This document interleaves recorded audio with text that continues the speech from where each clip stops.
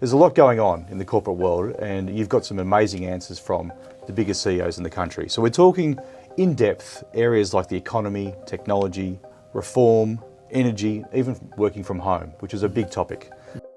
Yeah, what are the key themes that you've pulled out of some of the big names that we know in corporate Australia?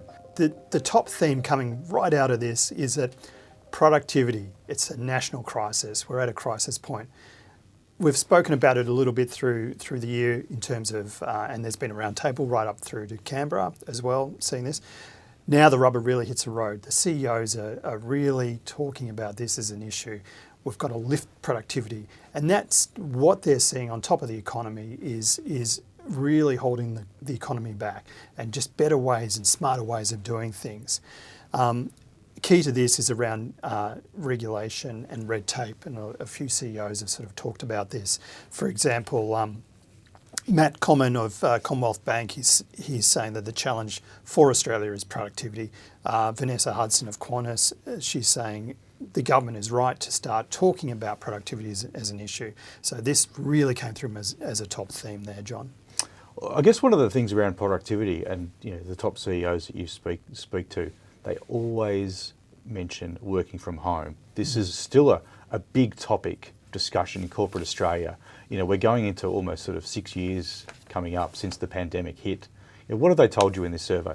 Right. So look, the unanimous position by the CEOs is that governments have got to stay out of the workplace when it comes to this policy.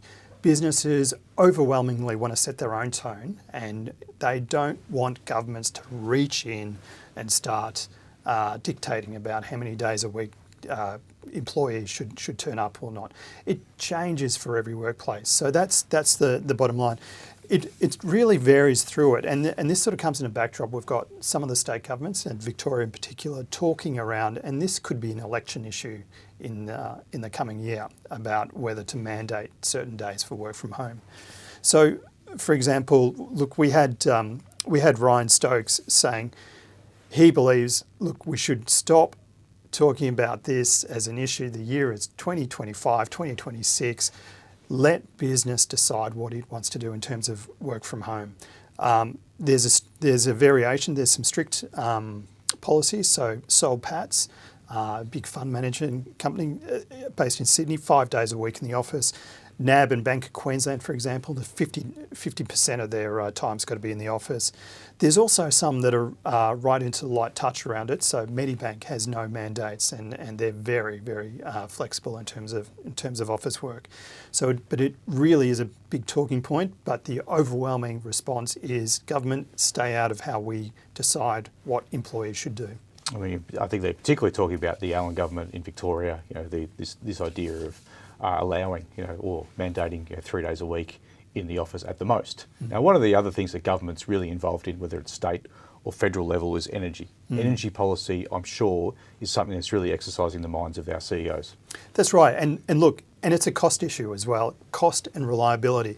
So remember, a lot of these companies are big consumers of energy, manufacturers and so on, and they're all trying to do things, and they're trying to figure out investments for the long term, but they just don't know where energy is going. So this is sort of coming a year in the backdrop where there's been a discussion about pushing up Australia's renewable targets and really driving that home. Now, I think the pushback is starting to happen, and it's quite clear in these responses as well. They're saying energy's got to be grounded in reality. So sure, they believe about, there should be a pathway to renewables, but it's also got to be a really wide framework. They've got to, again, have the flexibility to decide how to adapt, and let's do that as a low cost.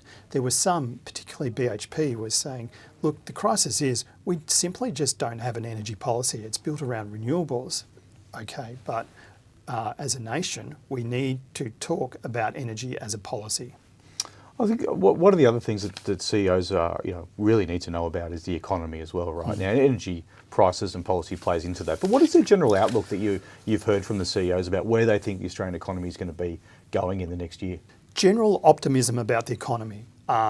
However, and there's a big caveat about that. So they do notice the costs are rising, and there is an issue around inflation, and we've seen that recently with the Reserve Bank now pivoting towards a discussion about the potential for the cash rate to rise in 2026, whereas a few weeks ago, potentially a few months ago, we're all thinking it was going to be cut.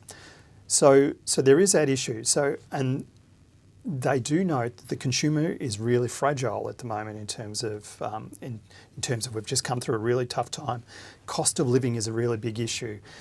So your big retailers like Coles and Woolworths, they're saying that the consumers are starting to spend a little bit more, but that is just so fragile, that consumer confidence, and anything can derail it into the coming year. I think it sounds like there's some cautious optimism at best. Yep. So I mean, the CEOs feeling a little bit under pressure, and what are the pressures that they're seeing on their businesses? Okay, so look, the real pressure are, again, costs. Red tape is something that they talk about. So, for example, we had a response from Dulux Group. They chemicals, paints, and you know them quite well, Patrick Houlihan. He was trying to get a $120 million factory expansion on an existing site in Sydney and in Western Sydney, and it has taken 18 months of applications, more than 3,500 pages of paperwork to try and get that through. This is to expand on an existing site. So that's a real frustration. That's a delay, that's a cost in time. Skills are also another big issue that CEOs are grappling with. We do have relatively tight, a very tight labour market in Australia. Woolworths, again, they pointed out that by the end of this decade, there could be as much as 50,000 shortage in terms of truck drivers. Now, they need trucks to get stuff to their supermarkets, so that turns into a supply chain issue suddenly. So are there any other big key takeaways from what the CEOs are telling you? I mean, there's pressure, but there must be some other sort of key points that they want to try and get across. What they want from the government is deregulation and streamlined growth, productivity-focused policy, stay out of the workplace arrangements, in an energy transition with some sort of pragmatism. There's also on the wish list tax reform, and as we spoke about, skills and education. That's a big area. Any other sort of thematics or points or strategies that the CEOs are doing in their own businesses? Yeah. So AI, artificial intelligence, is a big thing that everyone's talking about. So we've seen 2 years of them just flexing and using it. Now it's really starting to be scaled in workplaces. So, and this is all workplaces from industrial. We've seen Brambles, for example, they run the Shep pallets around the world.